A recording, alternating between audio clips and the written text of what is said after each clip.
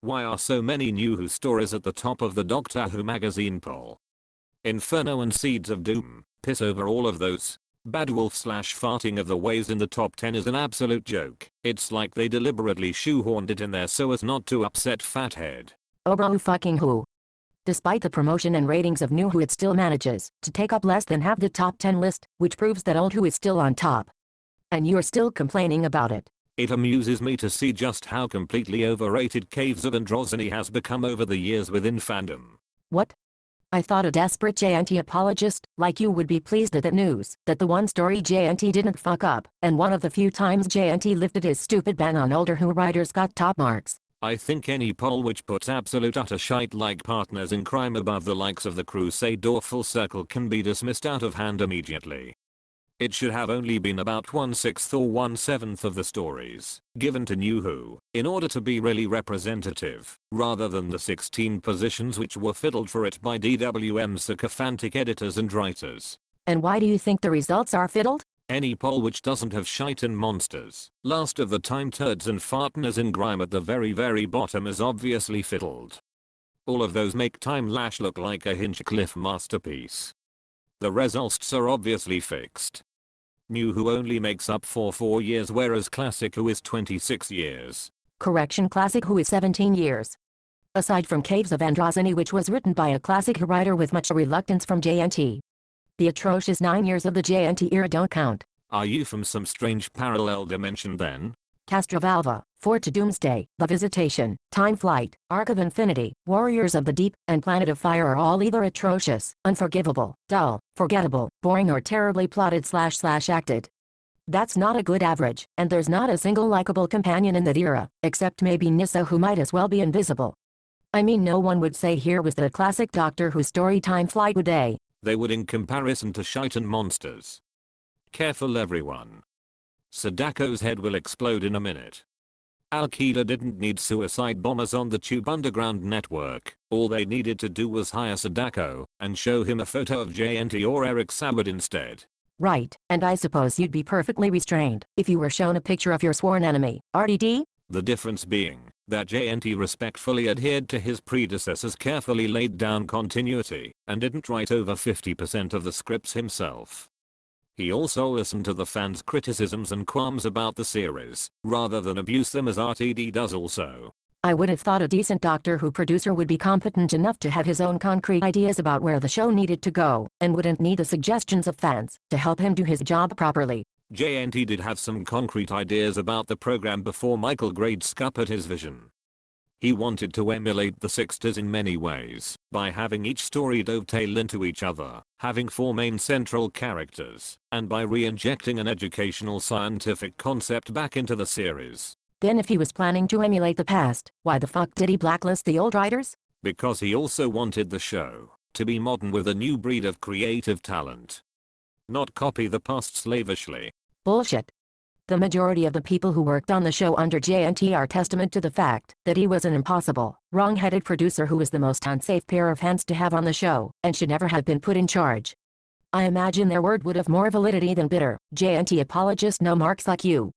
Debate properly or go fuck yourself with one of your 7 dicks, you disease-ridden fucking cockroach. Seeing as you cannot come up with valid proofs or points of reference for your theories and only have insults and abuse to fall back upon, I can only conclude that you have lost the argument, Sadako.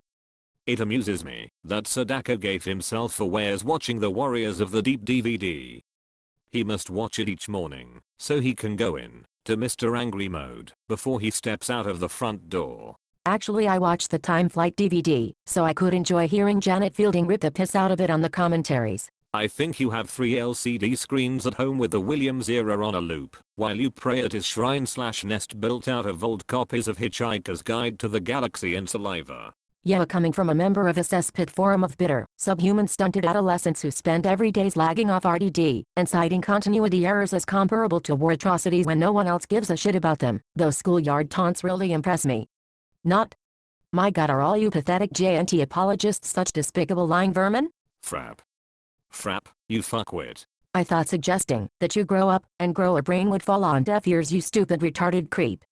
Give up the pretense that you're somehow cool, just because you've got a little clique of losers together, who mindlessly agree with everything you all say, and can't comprehend anyone thinking differently without turning into a bunch of rampaging primates, attacking what you don't have the brain power to grasp. I can't really say anything more to this deluded JNT apologist rubbish and desperate deflection coming from the most pathetic bunch of bitter sad acts, undesirable riffraff and wastrels I have ever come across anywhere in my life, and I lived in Preston for several years, so that's no small feat. Frappity frap. You putrid lowlife. You're too stupid to be reading my posts, so don't. When I read Lawrence Miles' rant at sci-fi fans being scum of the earth, I thought it was completely uncalled for.